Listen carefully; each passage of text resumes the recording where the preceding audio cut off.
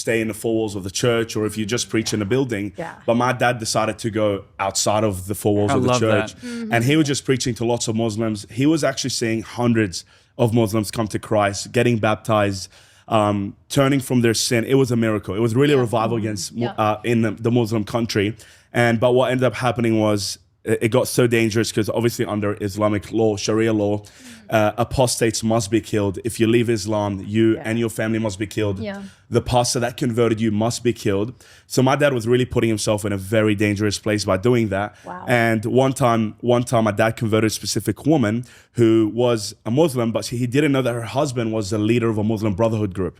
So he converted her, he baptized this woman. She's an amazing woman, very kind woman, but he didn't know that her husband was something else. Yeah. Her husband was a Muslim leader of a Brotherhood group. He decides, I'm gonna take revenge on this man. I'm gonna kill his children.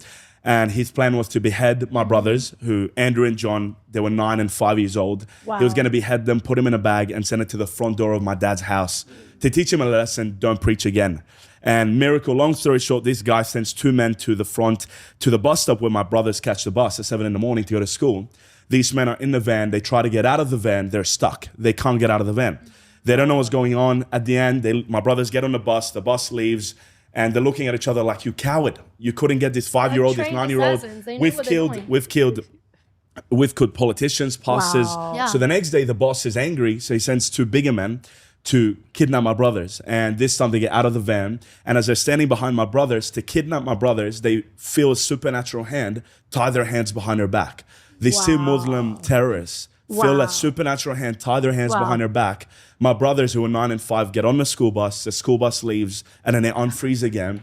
And this Muslim Brotherhood leader hears a story, and he's like, what's going on? He goes to my dad's door, knocks on the house. My dad's like, what's this guy doing here? Obviously, my dad's scared. What's this guy doing in my house? He sits with him, tells him the story, and he says, I tried to kill your children, but your God protected them. Wow. And this Muslim Brotherhood leader becomes a Christian, gets baptized, he's born again. Wow. So this is the family we grew up in, where we've seen in Egypt, my dad preached the truth of the Bible boldly, courageously, knowing that his wife might die, his kids might die, but he kept on preaching, and we've seen miracles. We really